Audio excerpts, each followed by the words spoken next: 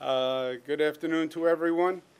It's my pleasure to invite the Senate leadership here today, and we have a number of members from the state Senate. First, obviously, to my right is the Democratic Conference leader, Senator Andrea Stewart-Cousins. To my left, Senator Jeff Klein. We also have with us Senator John Brooks, Senator Michael Gianaris, Senator Jesse Hamilton, Senator Todd Kaminsky, Senator Brian Kavanaugh, Senator Kevin Parker, Senator Jose Peralta, Senator Gustavo Rivera, Senator Diane Savino, Senator Toby Ann Stavisky. If I didn't call your name, it's not my fault. It's a typographical issue. Today is a very exciting day, and it's a very important day, and it comes at an important time. The state of New York, I don't think it's overly dramatic to say, is under attack.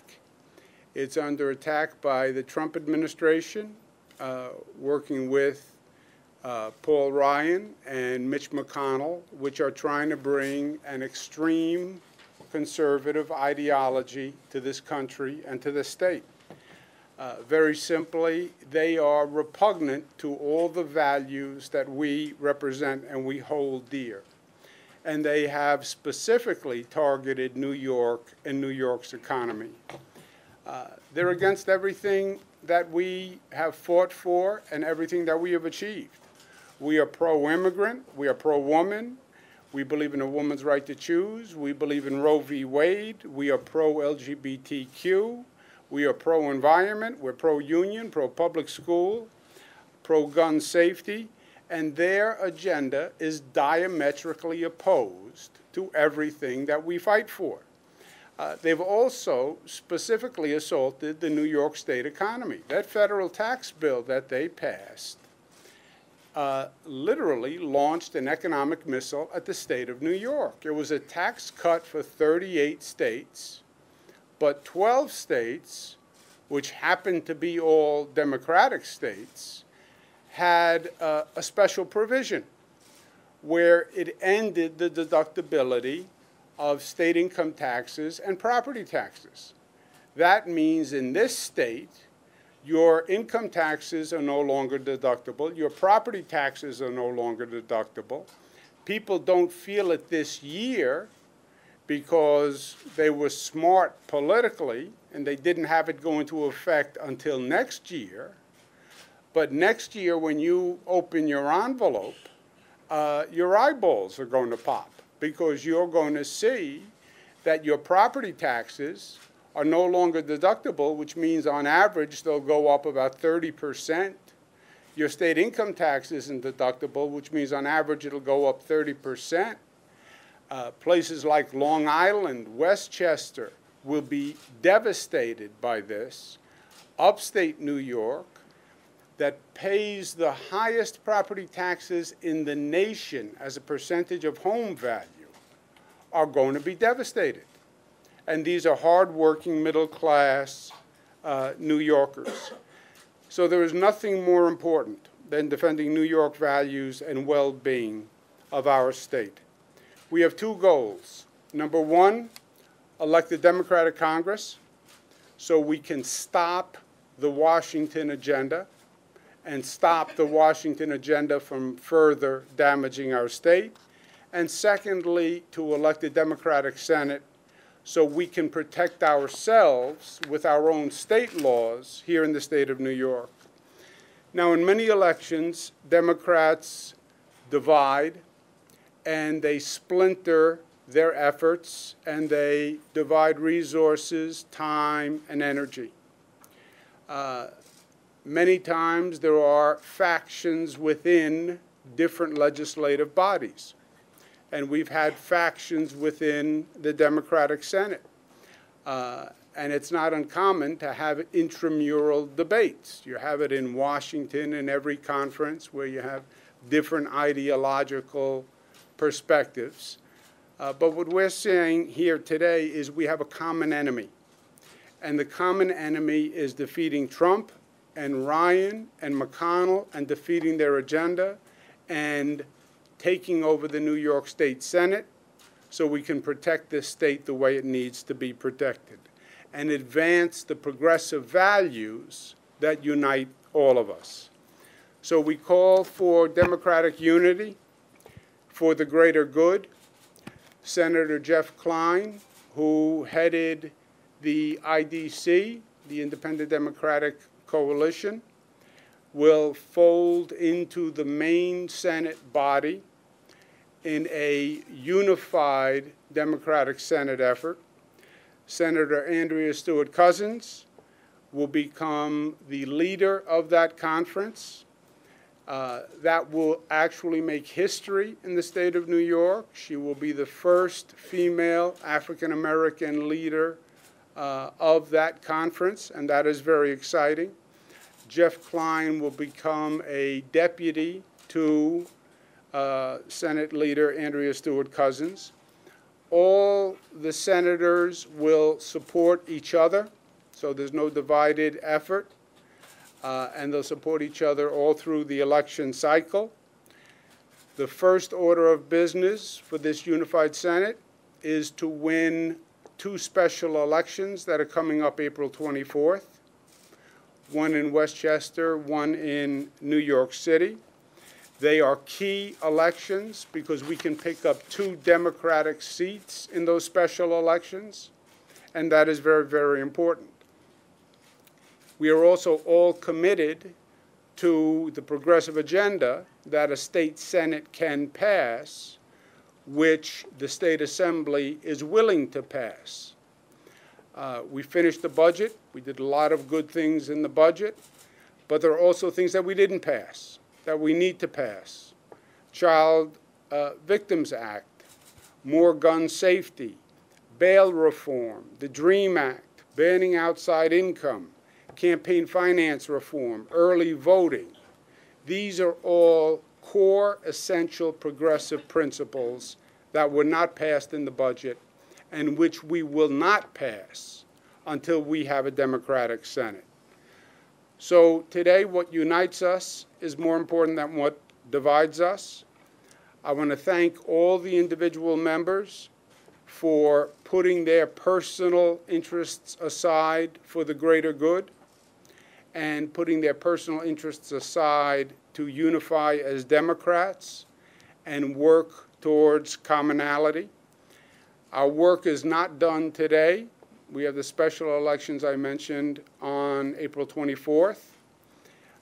We also have a Democratic senator who is still a question mark, let's say, and we would have to convince him to come back to the Democratic conference. But in truth, our work is not going to be fully done until November, because we need to elect more Democrats to the state Senate so we have a functioning majority, and where we're not reliant upon certain senators who may go vote one way or the other. And winning several more seats in November is what today is really all about. It's not going to be easy. The Democrats have only controlled the Senate twice since World War II, 1965 and 2009, both for very brief periods of time. So this will not be an easy undertaking. But we're going to coordinate the entire campaign. We're going to coordinate the congressional campaign with the assembly campaigns, with the senatorial, U.S. senatorial campaign, with my gubernatorial campaign, with the Senate efforts, all one because we all have the same message and we all have the same goal. And we believe with that united effort, we're going to have success in November. In truth, with what's going on in Washington, failure is not an option here. We can't take another 2 years like the past 2 years. This is eroding the progressive soul of New York, as well as eroding and attacking the economic base of New York. So that's what today is all about. I again want to thank all the individual senators It's not easy to put your own personal interest aside for the greater good. It's sound reasoning, but when it comes down to you and your interest, it's hard. But that's what this Senate body has done, and they should all be proud of it, because they're standing true to the beliefs that make them Democrats rather than the beliefs that drive them personally. And I applaud you for that. With that, let me turn it over to Senator Andrea Stewart-Cousins. Thank you. Thank you so much, Governor. And it really is, I think, a great day, not only for our conference, but for the Senate Democrats, for New York. And it has certainly been something that we have wanted to see for many, many years. To be able to look out and see my colleagues, Senate Democratic colleagues who are just Senate Democratic colleagues is a good thing. And I know that together, certainly with the governor, we will be able to do all of the things that we know are important to really make sure that New York stays the progressive beacon that it is. Senator Klein, obviously, I want to thank him for, sitting down and deciding that this is the better move. And again, it's not about us. It's not about individuals. It's about our collective commitment to serving the people who send us here to do their work. I think we're a house divided, we don't stand. A house united, we stand. We stand tall. We stand for the right things, and we're able to move not only the state, but to send the message that we really are stronger and more productive for everyone when we work together. So I am looking forward to this. And again, Governor, I really thank you for pulling it together. And let's see how well we do. I think we'll make some real history. I think we will. Thank you. Thank you very much, Senator. Senator Klein?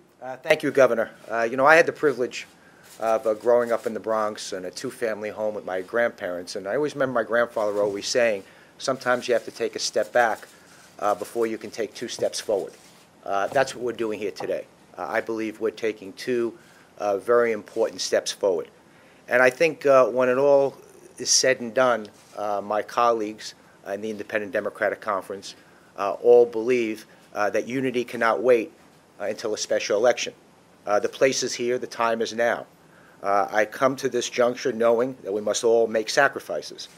First and foremost, I want to commend the governor for his unyielding commitment to a successful unification, and 2018 electoral victory will send a message to the entire country that in New York State we stand ready to confront any challenger that seeks to harm any New Yorker.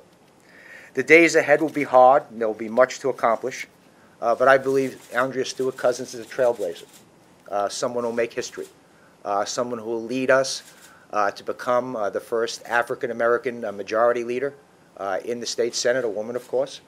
And I think united, we can do great things. This is something that is extremely important to me, and I know it's important to not only the members of the Independent Democratic Conference, but all of the members of the Democratic Conference. I feel absolutely comfortable that Senator Stewart-Cousins recognizes the challenges and opportunities that lie ahead. She and I will lead by example. These times, I believe, require no less. Together, under Governor Cuomo's leadership, we're on the right path, the necessary path to demonstrate to our nation what New Yorkers are made of and the values that we all stand for. Thank you again, Governor. Thank you, Senator Cousins. Well said.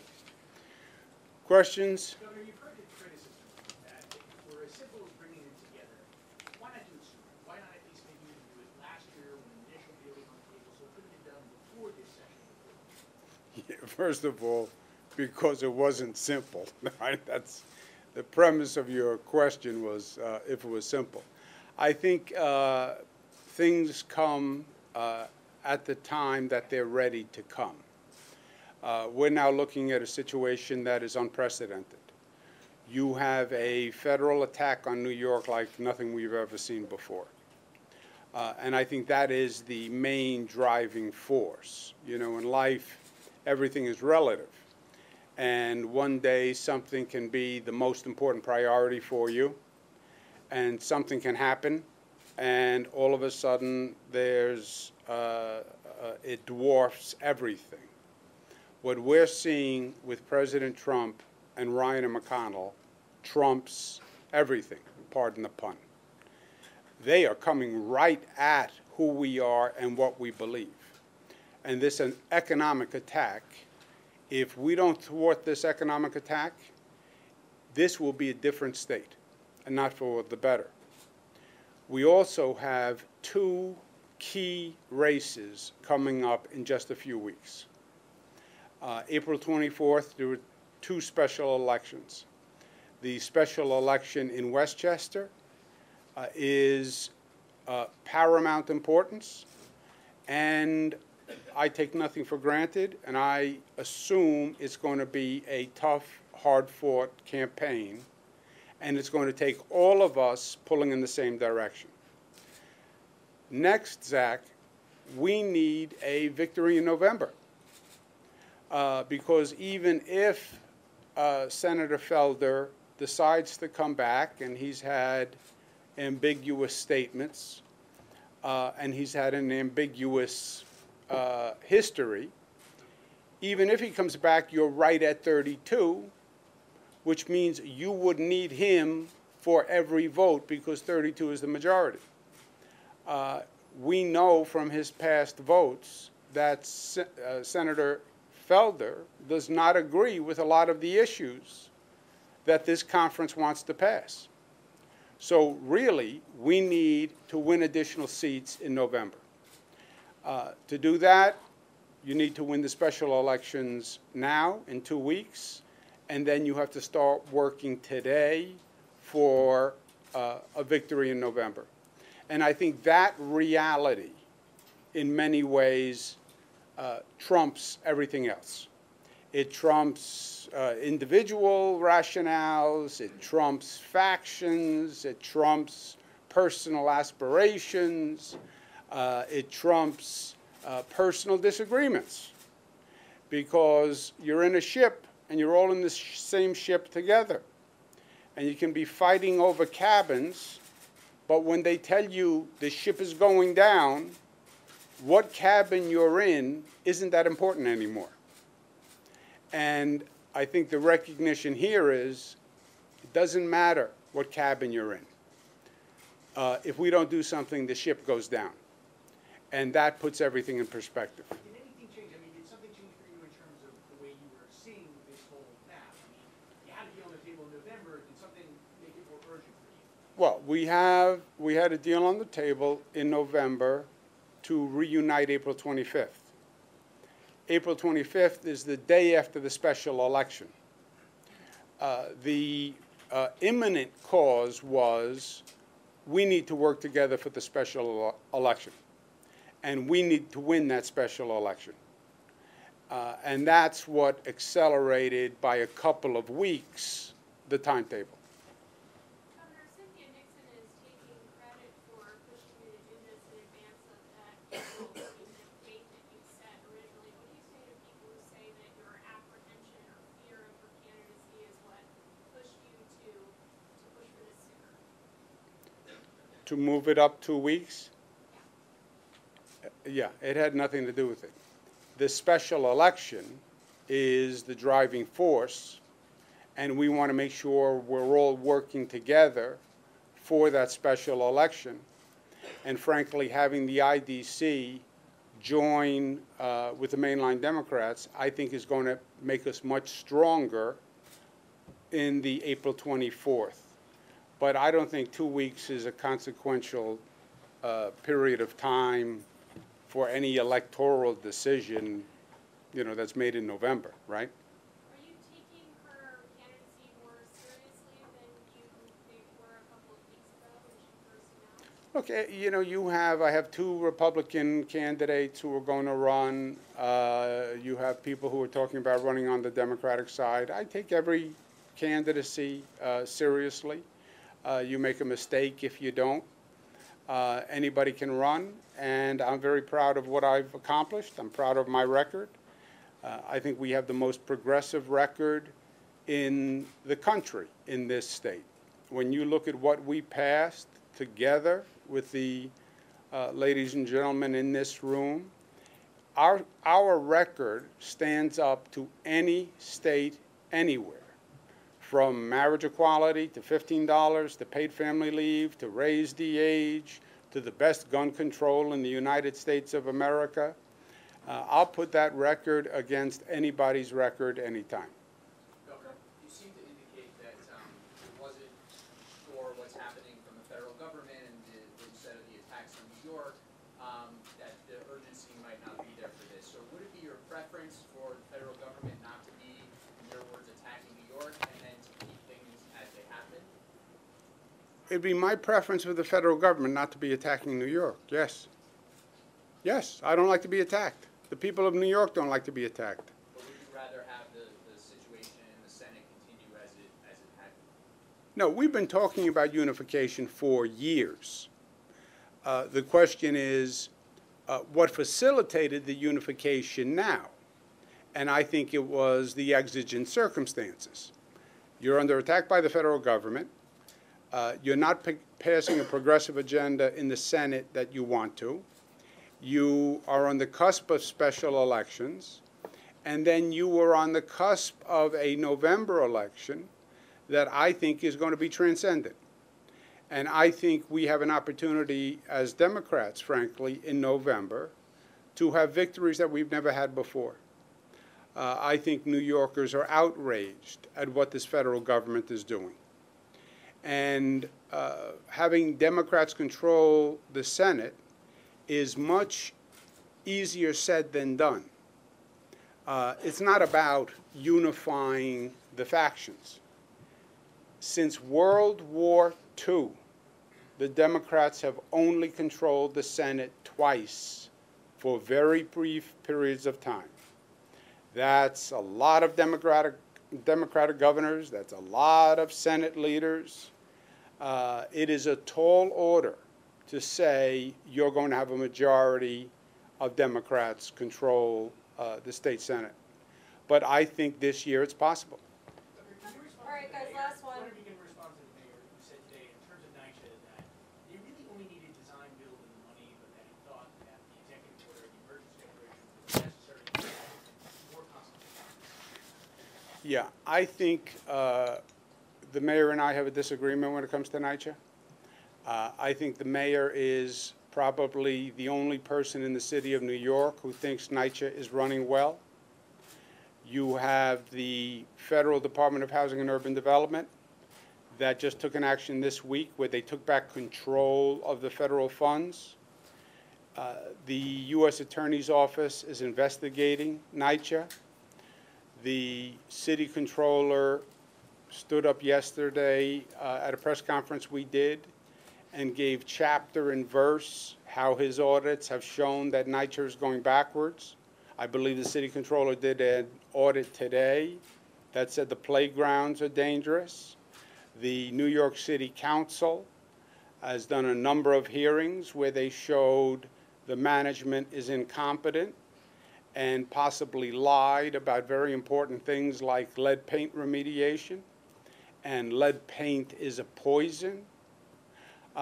And most importantly, the tenants of NYCHA think they are living in hellish conditions and sued the city because of the lack of attention. So I stand with the tenants, the Department of Justice, the Federal Department of Housing and Urban Development, the New York City Controller, and the New York City Council in saying NYCHA is not the solution, NYCHA is part of the problem. I applaud my colleagues for recognizing the debacle that is NYCHA and actually in total putting in $550 million of state funds into NYCHA, which is unprecedented and historic. There are 150 public housing authorities in this state. All of them are being shortchanged by the federal government. The only housing authority that we gave significant funding to was NYCHA. Why?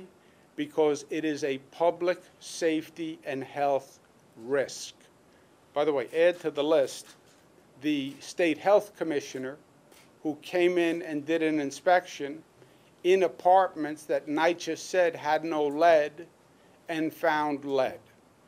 So literally, I don't know who else agrees with the mayor's position. For Senator Klein, would you say that today is officially the last day of the IDC for your career in state government and in the Senate? Well, absolutely. This is the start of a united Democratic conference with Senator Cousins as the leader. And as the governor said, and I think Senator Cousins said, our work is cut out for us. We have to win seats in November. We have to pick up Republican seats. We have to come back with a strong majority so we can actually get a lot of the things done that we've promised to get done. The DREAM Act, the list goes on and on. But certainly that's something that we need to do, and I'm fully committed to doing that. What happens if after November there's 31 Democrats in the Senate? What if on November 7th, or the day after the election, there's 31 Democrats? Well, I want to think positive. I'm an optimist by nature, and I believe we not only will have a 32-seat majority, but maybe a 33 or a 34-seat majority. Governor, how much of your war chest are you willing to contribute to help Democrats in this special election and in November? I think we have an unprecedented, we had a meeting yesterday where we discussed an unprecedented coordinated effort. Normally what happens in a campaign is the governor runs his campaign, Senator Gillibrand would run her campaign, congressional campaign, this whole alphabet soup of different committees. We said we're not going to do that this year. We're all going to, within legal limits, pool our resources, pool our strategy, because it's a different type of election this year. It's about getting Democrats energized and getting Democrats out. So I'm all in. We met with Congressman Crowley yesterday. He's all in. I spoke to Assembly Speaker Carl Hastie. He's all in. Senator Cousins is all in. And we're going to run one statewide campaign, which is very simple.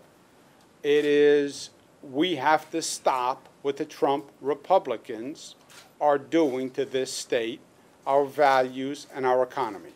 How much money do you want to put up? Everything I have, and I'm going to raise more. Thanks, Also, one other question, just so we're not, this reunification, when you asked the question if it was so simple to regain a majority, we don't have a functioning majority now. We have 32 with Simcha Felder, and we have to win 2 special elections. Simcha Felder, I call the question mark.